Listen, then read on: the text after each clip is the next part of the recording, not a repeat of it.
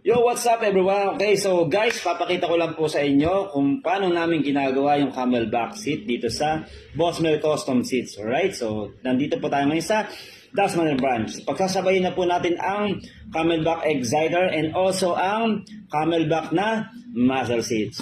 Okay, stay put lang kayo. Samahan niyo ako guys. So yun na nga, no, bali si Jerome na mismo ang nananahin ng camelback exciter. Okay, so pupunta ngayon tayo dito sa production.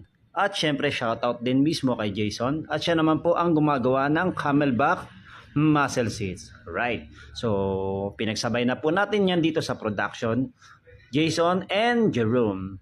Habang naghihintay tayo, nilalapat naman ni Jerome ang exciter, guys. So, hintay-hintay lang ng konti at mamaya makikita nyo na yung dalawa na yan.